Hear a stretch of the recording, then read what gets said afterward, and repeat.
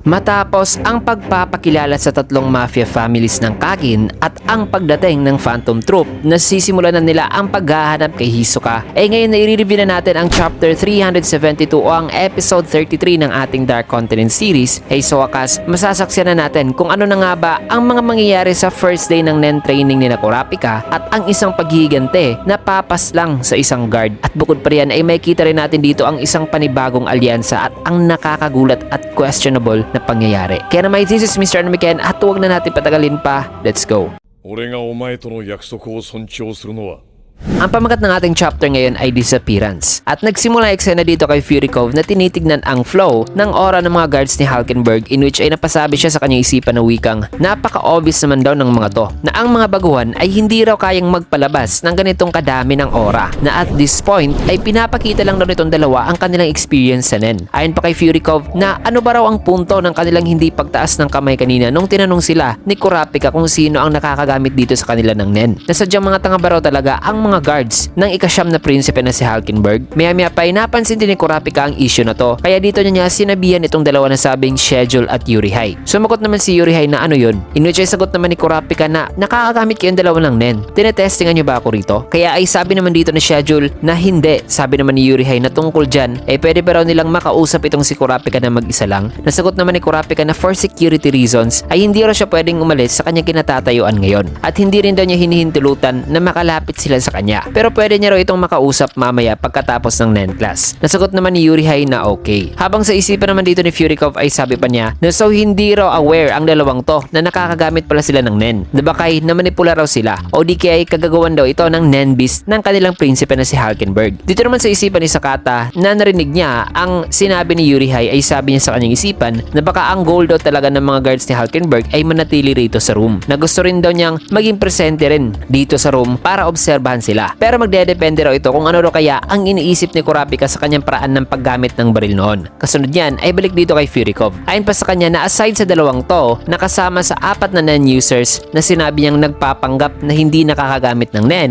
ang ikatlo pa lang na sense niya na nagpapanggap na hindi NEN user ay si Lobbery pala. However, na sense niya si Lobbery mga kaibigan na isang NEN user noon o inaakala niyang NEN user ito when in fact ay hindi naman, ay dahil kasi yun mga kaibigan sa ginawang pag-possess ng silent majority user dito kay Lobbery. Kung kaya't napasabi rito si Fury Cove na isa na lang daw dito sa kanila ang nagtatago pa rin o nagpapanggap na hindi isang NEN user. At ang pagtatago raw ng taong to ay napakahusay daw na ang paglabas nga raw ng aura nito sa ibabaw ng ulo nito ay parang natural lang daw talaga kung tignan. Bukod pa dyan, ang daloy din daw ng aura sa mga kamay nito ay parang isang uri daw talaga ng pagfo-flow ng aura na nanggagaling sa isang taong walang alam sa NEN. Kaya masabi niya na isang master daw talaga ang taong to, na sa tingin din niya na baka ito raw ay ang assassin na pumatake kay Barigen. Pero hindi raw nito alam ngayon mga kaibigan ng taong nagpapanggap na hindi NEN user na namamalayan na raw pala siya nitong si Fury Cove. At ngayon ay ayon pa kay Fury Cove, nahahayaan na lang daw muna niya ang taong to, in which ay di pa ni-reveal mga kaibigan dito kung sino ang taong yan na nagpapanggap na hindi NEN user. Matapos niyan ay dito naman sa room 1010 may kita itong investigator na ipinadala ni Cleopatra kasama ang dalawa pang parang guards niya mga kaibigan. At kaharap nila ngayon ang Rey ng Seiko. May kita rin dito si Kacho na may binabasa habang nakikinig sa kanyang headset. Si Melody ay nandirito rin, in which ay na magtatanong pa sana itong investigator ay inunahan na ito ni Queen Seiko na sabing mananatili lang daw siyang silent dito kasi yan daw ang kanyang right. Kaya wala raw siyang sasagutin na kahit anumang tanong, in which ay sabi naman itong investigator na protected naman daw itong Reyna under sa royal privilege nito. Ang kanila lang daw ginagawa ngayon ay for formalities lang naman daw at hindi raw nila ito ilalagay sa court records. Nasagot naman ng Reyna na maganda raw yan pero hindi naman daw yan magpapaiba sa sitwasyon. Kaya ay sumagot na lang ang investigator na okay. Mas nakatipid pa nga raw siya ng time sa interrogation. Kaya ay simula ngayon ay dito raw muna sila titira sa kanilang residential room for 72 hours. At malaya naman daw gumalaw-galaw dito si Seiko as long as may nakabantay daw sa kanya. At kung may mga request daw ito ay huwag daw itong mag-alala dahil halos lahat ng request ay kaya raw nilang ibigay o gawin. Matapos niyan ay sa sumunod na eksena may kita itong ang 13th prince na si Mariam na tinitignan ngayon ang kanyang pet na hamster. Makikita rin dito ang kanyang malungkot na ina na ang reyna si Vanti na ang ina ng pinatay na prinsipe na si Momose. Kasabay niyan ay makikita naman dito si Bisky at si Hanzo na ayon pa kay Hanzo na mas lumaki raw ang Nenbis ng prinsipe. Na ano ba raw sa tingin ngayon ni Bisky? Nasagot naman ni Bisky na noon ay parang isang magandang klase ng lumulutang na dragon daw ito kung tignan mga kaibigan, pero ngayon ay ayon kay Hanzo na mas nagiging bulky na raw ito at mas fierce na raw ang appearance itong dragon na ito. Nasa tingin niya na ang pagkamatay daw ng ate ni Mariam ay ang posible daw dahilan ng paglaki o pag-iba ng appearance itong Nenbis, na although hindi raw ibinunyag o sinabihan si Mariam na patay na ang ate nito, pero alam daw nitong si Mariam na patay na ang kanyang ate. Kaya sabi dito ni Bisky na ang mga tumutubo rong thorns dito sa Nenbis ay isa raw manifestation ng self-defense. Ang anxiety, takot at trauma ay ang siyang umaapekto rin daw ngayon sa Nenbis. Maya-maya pa'y dumating naman ang dalawang guards at sinabihan si Hanzo na tapos na raw ang shift, in which ay matapos niyan ay may kita si Hanzo at Bisky na matutulog na. Nagsalita naman dito si Bisky na pupunta ba raw talaga itong si Hanzo? Sagot naman ni Hanzo na oo, siya na raw ang bahala nito kasi once na malaman na raw nila kung sino ang pumatay kay Momose ay maaring kakalma na raw ang Nenbis ng Prinsipe Mariam. Paliwanag pa niya na once na naka-activate na rin daw ang kanyang ability ay kung may hahawak o makikipag-usap daw sa kanyang original na katawan, ang kanyang ability ay makakansela daw at babalik daw ang kanyang double sa original body nito. Kaya ay kailangan niya raw itong si Bisky na maging kanyang lookout habang sinasagawa niya ang kanyang gagawing paghahanap sa pumatay talaga kay Prinsipe Momose. Nasabi naman dito ni Bisky na kailangan niya pa raw naman ng beauty sleep, kaya ay dapat nabigyan daw siya ni Hanzo sa susunod ng isang nature beauty pack. Nasagot naman ni Hanzo na okay raw. Sabay dito na niya inactivate ang kanyang ability na tinawag niyang Hanzo Skill 4 Art of Doppelganger. At yan na nga mga kaibigan, may kita ang double nito na lumabas na nga sa kanyang original na katawan at parang isang multo kung tignan ang double nito na ngayon papapunta na sa lokasyon ng mga dinakip na guards ng Prinsipe Momose noon. May kita naman si Bisky na nakabantay na ngayon sa katawan ni Hanzo. Maya-maya pa ay pinasok na nga ni Hanzo ang isang selda ng isa sa mga dinakip na guards na kung saan ay ginising niya ang guard na ito, which is ang guard na si Tough D na ang espiya ng reynang Swinko.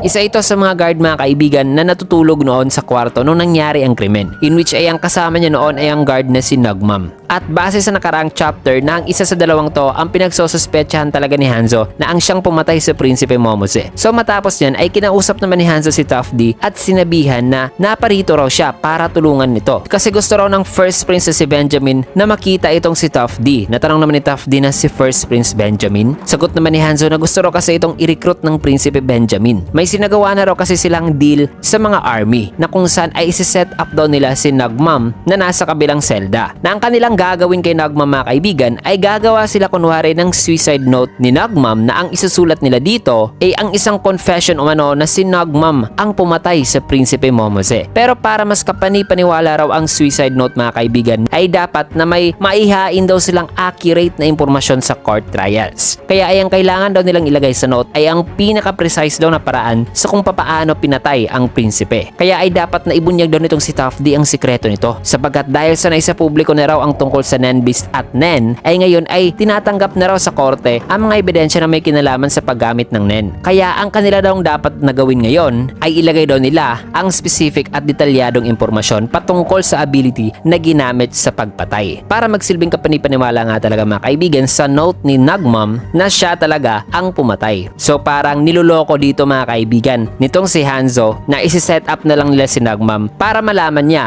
kung sasang-ayon ba dito si Tough D sa planong yan. Kasi kung sasang-ayon si Tough D, edi guilty siya mga kaibigan kasi bakit pa ba niya tutulungan si Hanzo na i-set up itong si Nagmam kung in the first place ay hindi itong si Tough D ang pumatay talaga sa prinsipe. Kaya na may napasabi dito si Tough D mga kaibigan sa mga sinabi niya ni Hanzo na wikang ganun ba? Kaya ay dito na niya ini-reveal ang kanyang ability nang walang pag-aalinlangan dito kay Hanzo na ang kanya rong ability ay isa rong doppelganger astral projection na tinawag niyang The Touch. Na kung ipipikit daw niya ang kanyang mga mata habang nakahiga, pwede rong gawin ng kanyang doppelganger ang kahit na within sa 20 meters radius na distance na napupuntahan nito. Matapos masabi ni Tough D, this proves mga kaibigan para kay Hanzo na itong si Tough D nga pala talaga ang pumatay kay Momose. Kasi malakas talaga ang kutob noon ni Hanzo mga kaibigan na ang pumatay kay Momose ay isang doppelganger din. So matapos ang pag-reveal ni Tough D sa kanyang ability, ay sabi naman dito ni Hanzo na okay. Kung kaya't nagsimula na silang pumilos at sinabihan ni Hanzo si Tough D na may pinatake na raw silang droga kay Nagmam. Kaya ay dapat natulungan daw siya nito na gumawa ng isang stage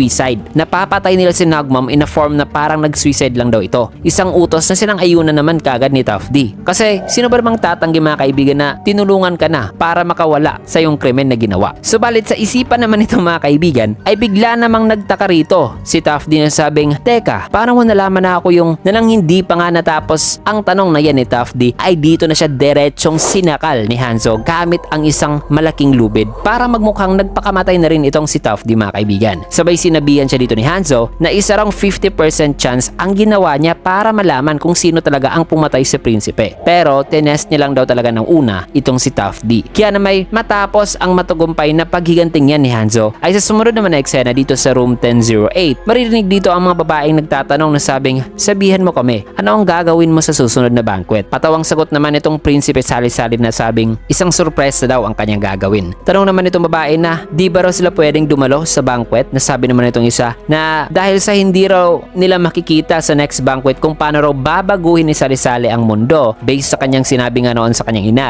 then dapat ay sabihan daw sila nito ngayon kung ano raw ang gagawin nito para mabago ang mundo. Nasagot naman ni Sali-Sali na bibigyan niya lang daw sila ng hint ngayon. Matapos niyan ay may kita naman itong Nenbis ni Sali-Sali na nakabantay habang itong guard naman ng First Prince Benjamin na naka-assign dito ay kasalukuyang nag-aanalisa mga kaibigan sa sitwasyon at sa Nenbis. Nasabi sa kanyang isipan na siya lang daw dito sa room ang nakakakita sa Nenbis na ito. At ang 5 guards at mga babae ni Sali-Sali ay cautious daw talaga sa kanya. Kaya palagi daw silang nasa tabi ng prinsipe. Gayunpaman ay hindi naman daw niya kinukonsiderang mga threat ang mga yun. Kasi as long as malalaman niya raw talaga ang ability ng Nenbis nitong prinsipe o kahit ang pattern ng itsura daw nito at maiwasan ng attacking maaaring gagawin nito, eh kaya niya raw talagang tapusin ang kanyang trabaho dito sa loob lamang ng 5 segundo. At ayon sa kanyang obserbasyon, itong Nenbis daw ni Sali-Sali ay connected daw sa libido ng prinsipe. At buong araw daw itong nandirito sa silid ng kabantay mga kaibigan. Pero nakita niya na raw ang dalawang sitwasyon na kung saan ay wala ito dito mga kaibigan. O somewhat ay hindi niya nakikita ang Nenbis mga kaibigan. Na kung pupuntiryahin daw niya ang moment na nagtatago o hindi presente ang Nenbis mga kaibigan, ay hindi na raw niya kailangan pang isipin ang ability nito para isagawa ang kanyang mission. Na nang masabi yan nitong guard ni Benjamin ay tinapos na niya ang kanyang monologue na sabing, pasensya na, ikawalong prinsipe. Pero hindi mo mababago ang mundo. Sabay nagsalita naman dito si Sali-Sali sa mga babae na ibobroadcast na lang daw niya ang kanyang gagawin para mabago ang mundo. Nasagot naman ng mga babae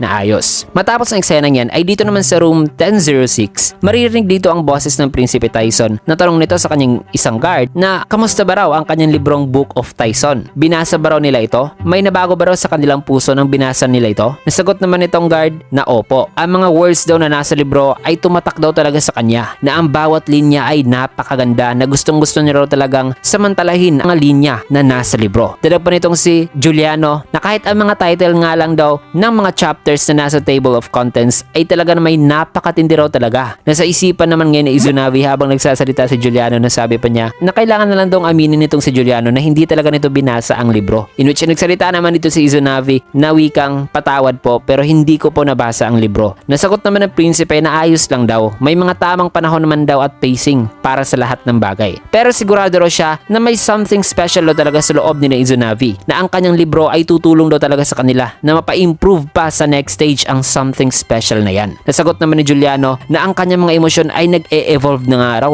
dahil sa librong yon. Matapos niya na ay tinanong naman ni Giuliano sa Izunavi na ano raw nangyayari. Hindi niya raw maalis-alis itong nilalang na nasa kanyang balikat. Sagot naman ni Izunavi na siya nga rin daw. Hindi niya rin daw ito maalis-alis at tanging silang dalawa lang daw ang nakakakita nito. Pero so far ay parang mga harmless naman daw ito. Nasabi naman dito ni Giuliano na since na ang mga nilalang na ito ay hindi raw presente dito sa sundalong ipinadala ng First Prince, which is itong sundalong nagangalang Urao, eh baka silang dalawa lang daw talaga ni Izo ang nabigyan ng pabor ng Prinsipe Tyson. Kaya ay spread na ba raw nila ang impormasyon na to? Nasagot naman ni Izunavi na baliw. Hindi pa natin alam, baka meron pang ibang rules na involved dito. In which ay sagot naman ni Giuliano na sadyang in denial lang daw talaga si Izunavi na pinaboran talaga sila ngayon ng prinsipe. Nasagot naman ni Izunavi na tumahimik ka. Bakit ba napaka-happy-go-lucky lang daw nitong si Giuliano? Matapos ang eksenang yan, ay balik dito sa room 1014 kina Kurapika na ngayon nagsasalita na nasabing tapos na raw ang kanilang NEN class for today. At bukas naman daw ulit, same time pa rin daw. So tapos na ang kanilang NEN class mga kaibigan at ang oras ngayon ay 12:30, which is ito na rin daw ang ikalawang araw mula nung naglayag ang Black Whale ayon dito. So ang first NEN class ay naglast lang mga kaibigan ng mga 2.5 hours. Guards. Matapos niyan, ay siisipan naman ni Furikov ay wika pa niya na hindi na raw bumalik pa ang assassin na 1 kill per day ba raw ang kailangan nun? Nasa isipan naman ngayon ni Kurapika na 5 guards daw ang pinatay noon sa first day pa lang. Na baka sa araw daw na ito ay ang mga kondisyon sa ability ng assassin o ang maaaring kondisyon sa ability nito ay baka hindi raw na-meet nito mga kaibigan.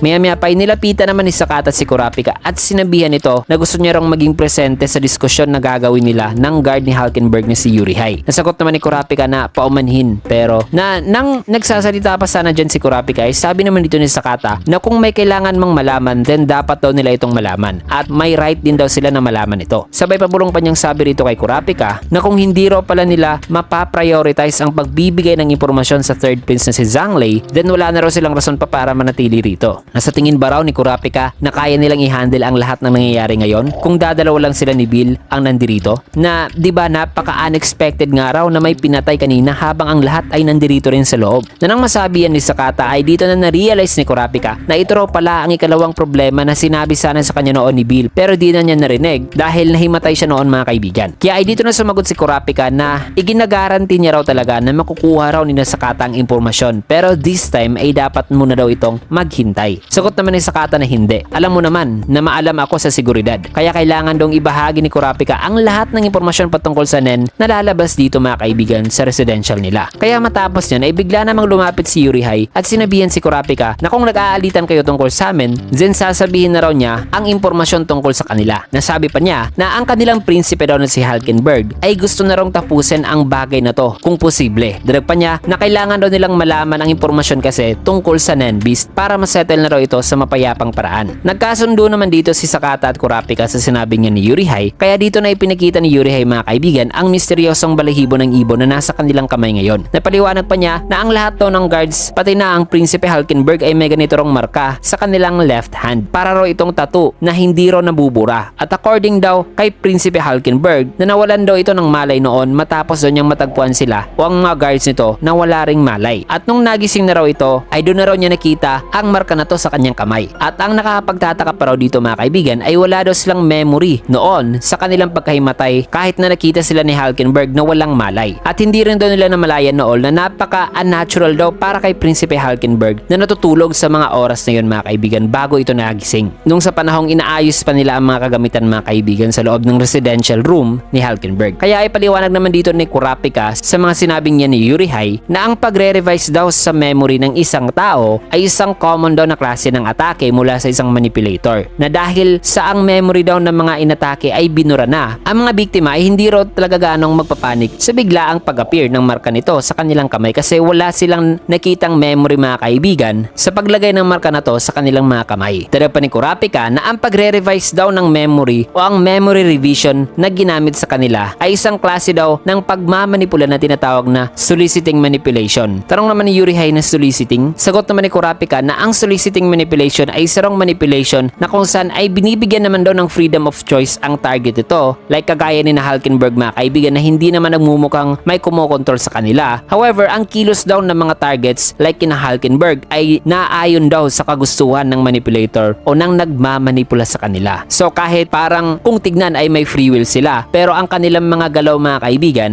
ay naayon in favor sa nagmamanipulate sa kanila. So ganyan daw ang soliciting manipulation. At ang ganitong klase daw ng pagmamanipula ay gumagamit daw ng mas maliit na energy o aura para mamanipulate ang isang tao kumpara sa ibang klase ng pagmamanipulate. Dahil pang paliwanag ni Kurapika na from soliciting manipulation ay may iba pa raw klase ng manipulator o manipulation. Ang isa raw dyan ay ang coercive. Isang uri daw ng manipulation na kung saan ay nakokontrol talaga completely ang katawan at isipan ng target gaya na lang sa ability ni Illumi mga kaibigan. Ang isa pa raw klase ay pseudo-coercive. Isang manipulation na kung saan ay mawawalan naman daw ng control sa sarili nitong katawan ang target nito. O di kaya mapipilitan ng target mga kaibigan na mapunta sa isang sitwasyon na mawawalan na ito ng choice. At ganyan daw ang kapangyarihan ng Nen Beast ng Prinsipe Momose na nawala noon ng control si Sayard mga kaibigan sa kanyang sariling katawan. Pero dito kina Yurihei ay sigurado raw si Kurapika na isang soliciting type of manipulation ang ginawa dito sa kanila. Darapang sabi ni Kurapika na ang marka raw na ito ay may kaparehas daw na epekto sa mga markang ginagamit in real life. Sabay dito na niya tinanong si Yurihei na sabing, Yurihei, ang isang pen ay kayang mag-record, magturo, gumawa ng signature, mag-threaten at marami pang iba mga kaibigan ang pwedeng gawin sa paggamit ng isang isang pen. Kaya pagdating naman daw sa marka na ito, ay paano naman daw i-interpret nitong si Yurihei ang posibleng kahulugan ng marka na ito base sa personalidad daw ng kanilang prinsipe Halkenberg. Na bago pa man sumagot dito si Yurihei ay nag-isip-isip muna siya rito mga kaibigan. Nang maya-maya pa'y sumagot na siya na sabing ang pinakamalapit daw na kahulugan ng marka na ito ay ang pagpapakita daw ng determinasyon at pagkakaisa. Sapagkat ang prinsipe Halkenberg daw ay sinasarili talaga ang resolve nito. Pero pagdating naman daw sa group decisions,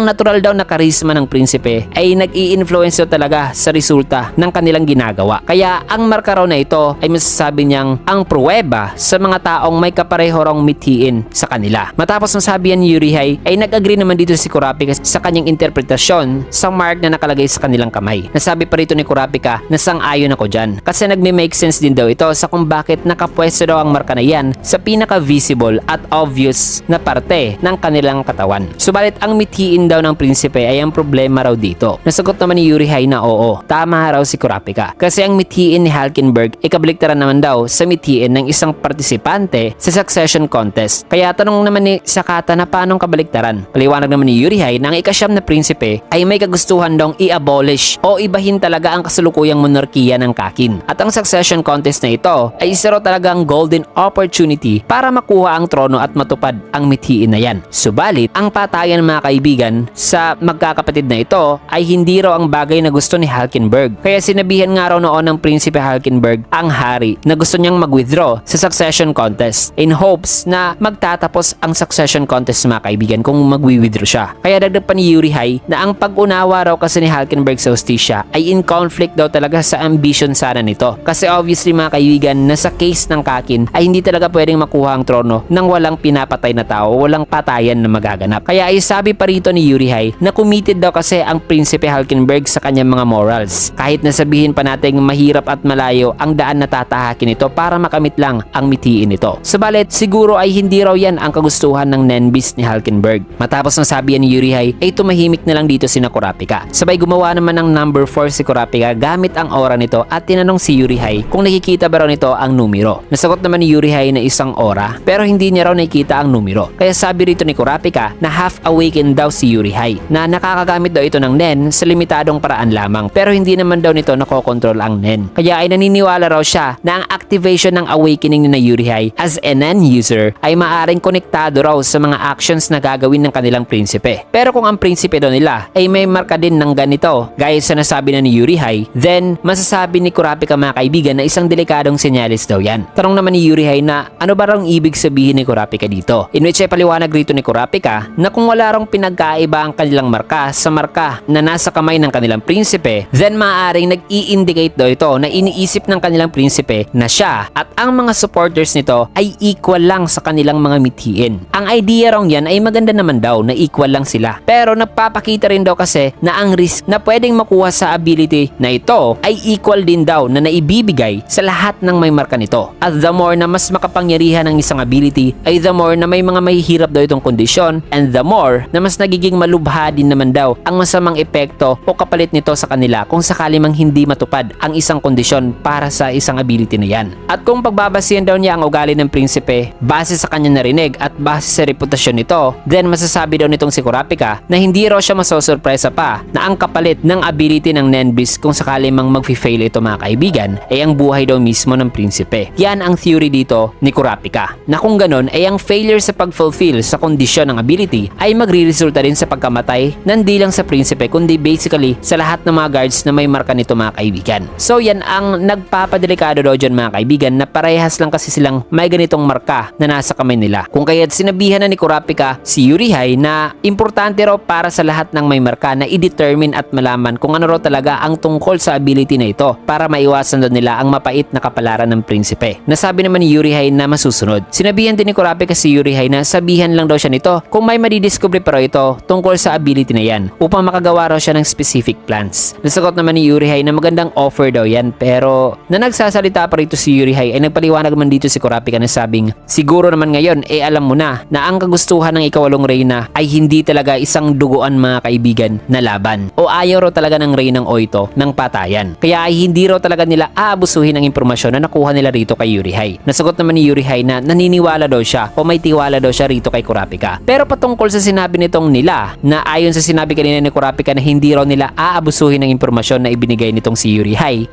ayon naman kay Yurihei ay hindi naman daw nagpapasiguro o nagpapasecure ang linyang yan ni Kurapika na kung malalaman ng ibang prinsipe ang impormasyon na kanyang ibinigay ay hindi rin daw ito aabusuhin ng ibang prinsipe, which refers dito kay Sakata na ang guard ng third prince na alam na rin ng info patungkol kay Halkenberg. Kung kaya't dito na napaliwanag si Sakata na ang third prince Zhang Lei ay naghahanap at nagpa-priority daw talaga sa isang mapayapang solusyon. Kaya ang kanila lang daw gagawin sa ikasyam na prinsipe kung sakali man ay ang pilitin lang daw itong ilagay sa sitwasyon na kailangan lang nitong mamili between sa paniniwala at hustisya. Na nang masabi ni Sakata ay ayon naman dito sa isipan ni Yurihei na madali lang daw sabihin ang mga words na yan. Pero sa kanyang isipan ay marami pa rin siyang doubts dito kay Sakata mga kaibigan. Kaya ay nagsalita naman dito si Kurapika na ang mga nasa taas ay gumagawa na raw ng mga aksyon. Kaya ay masasabi niya na ang mga nasa lower rank ng mga prinsipe ay mai-eliminate daw talaga one by one kung hindi raw sila magsasanib puwersa. Mga salitang nagpa-agree naman kay Yurihei na sabing kailangan daw nilang gumawa ng deal sa mga ibang lower ranking prince at isa publiko ito. Habang sa isipan naman ni Yurihei ay sabi pa niya na nakakainis daw talaga ang presensya nitong si Sakata dito. Pero mas importante naman daw ang impormasyon na makukuha nila kay Kurapika na ang pagprotekta raw sa Prinsipe Wobble ay maglilid din naman daw sa pagprotekta din ni na Kurapika sa Prinsipe Halkenberg. In which ay dito naman kay Sakata ay nag-agree din siya sa idea na yan ni Kurapika. Pero ang kanilang dapat daw munang i-focus dito ay ang kasalukuyan nilang problema, which is ang pag-identify muna at pag-aresto sa assassin na umatake kay Barigen. Habang sa isipan naman dito ni Sakata na ang Nen class ni Kurapika, ang impormasyon sa Nen Beast ni Halkenberg at ang identity ng assassin at most importantly ang impormasyon sa Nen na magbibigay talaga ng epekto sa nangyayaring labanan na trono ay importante raw dito para sa kanya. Na dito naman kay Kurapika ay wika pa niya na magre-request daw siya ng appeal sa ibang prinsipe gamit ang tulong ng Hunter Association members. Na sa isipan naman dito ni Kurapika ay sabi pa niya na ang pagkuha daw sa side ng 3rd and 9th prince mga kaibigan ay isa raw malaking deal. Na maganda raw talaga sana kung makakahanap lang daw talaga sila ng pagkakataong makatakas sa succession war na ito habang nagbabuy time pa lang sila mga kaibigan. Matapos na eksena niyan ay dito naman sa room 1013 may kita na tila ba'y walang tao rito. Dito rin sa bedroom ng mga guards ay wala ring natutulog. Na maya-maya pa ay may kita na nakabalik na rin dito si Hanzo pero nagtataka naman siya ngayon sapagkat nawala rito ang kanyang katawan at wala rin dito si Biske. Na ano ba nangyayari dito? Pinuntahan naman ni Hanzo ang ibang parte pa ng residential area nila pero wala talagang tao dito. Kaya na may habang abala dito mga kaibigan at confused pa rin itong si Hanzo sa paghahanap sa kanyang katawan o sa ibang mga tao na nandirito sana bigla naman siyang may nakasalubong which is itong Nen Beast ni Marayam na completely nag-iba na talaga ang appearance mga kaibigan na kasalukuyang nakatingin sa kanya. Nagsaisipan naman nga ni Hanzo ay sabi pa niya na lumiit daw ng konti ang Nen Beast ng prinsipe pero mas naging sinister naman daw ang appearance ito. Pero dahil sa nandirito raw ang Nen Beast na ito ay masasabi niya na nasa malapit lang daw pala ang prinsipe ngayon. Maya-maya pa nang gumawa na rito ng hakbang si Hanzo bigla namang nagalit ang Nen Beast at nagsimulang bumukas ang mga parang carnivorous plants mga kaibigan na nakakonekta sa katawan nito at may kita na nagiging mas alerto na ito at protective. Kaya ay napasabi dito si Hanzo na hindi raw pala siya pwedeng lumapit dito. Na ano ba raw ang nangyayari? Inaatake ba raw ng Nen Beast na ito ang isang tao na mapakaaway man o kakampi? O bakay wala raw pinapalampas na tao ang Nen Beast na ito at aatakihin talaga nito mga kaibigan ang kahit na sino. Matapos ng eksena niyan ay dito naman sa bandang room 1002 may kita itong personal guard ni Benjamin na ipinadala sa Prinsipeng Camila na ngayon biglang na alerto in which ay dito na ito nagsalita ng wikang Prinsipe Camila. Kung may kailangan ka ay pwede naman daw nila itong na nang nagsasalita pa sana ito ay diretsahang nagsalita dito si Camila na sabing papatayin ko ang first prince na either tutulungan mo ko o mamamatay ka. Mga salitang nagpagulat naman dito kay Muse in which ay sinabihan pa ni Camila si Muse na mamili ka. Kailangan mong mamili. Di ba napakabait ko? In which ay sagot naman ni Muse na naghahanda na ngayon na sabing Prinsipe Camila. Hindi na ito nakakatuwa. So grabe determinado na ngayon si Camila mga kaibigan sa kanyang gagawin at kinonfront pa nga niya talaga diretso itong personal guard ni Benjamin. And man, napakaraming info ang nalaman natin sa chapter na ito. Kaya ay nakaka-excite talaga na malaman ang mga susunod na mangyayari kasi masasaksihan na natin ang kauna-unahang confrontation talaga ng dalawang prinsipe at marami pang ibang napakatinding labanan at revelasyon ng ating masasaksihan o matutunghayan sa susunod na chapter kasi dito muna natin tatapusin ang video sa last panel na ito. Kaya naman kung gusto niyo yung video ay kinagat a like, comment, follow, subscribe na rin for more videos like this. But before we end the video, lately I've been getting a lot of comments tungkol dito sa mga claims na inuulit ko raw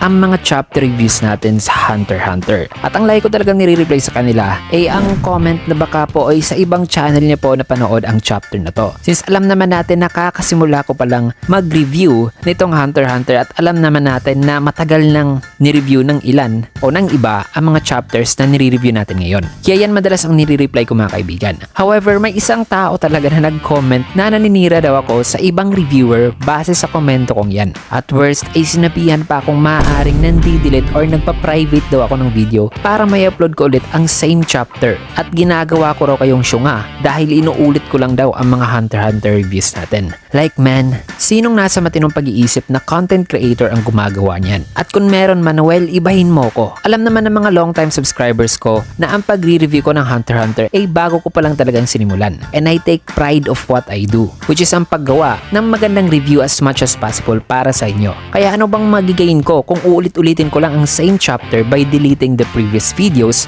or i-private ito? Diba hate lang ang marireceive ko sa inyo? At nagsimula lang ako mag-review nitong Hunter x Hunter nung natapos na ang JJK. At nag-start tayo sa chapter 340 kung saan nagtapos ang anime at wala akong iniskip na kahit isang chapter at alam niyo yan mga kaibigan. At mas lalong wala akong inuulit-ulit na chapter review para gatasan lang kayo. Makikita nyo naman dyan sa channel ko at sa playlist ang Hunter x Hunter reviews natin. So obviously maaaring ang taong nag-comment dito mga kaibigan ay bago pa lang sa channel natin. Kaya ay ganito siya kung makapagbintang. Pero for those na mga ilang taon nang nakasubaybay dito, alam nyo na hindi ako ganyang klase ng content creator sa kiniklaim ng taong to. Never in my life na pumasok sa isipan ko na gagawin ko yung gawain yan. Kaya just for clarification, hindi po ako nang i-skip ng Hunter x Hunter chapters at mas lalong hindi ko inuulit-ulit ang chapter reviews natin sa Hunter x Hunter. Okay? I don't have to address this issue in the first place sana eh. Pero medyo nakakainis lang na may mga ganitong klase ng false claims mga kaibigan. So yun lang po, sana ay nalinawan kayo lalo na sa mga baguhan pa lang dito sa channel natin. So yan mga kaibigan, I just want to address this issue lang.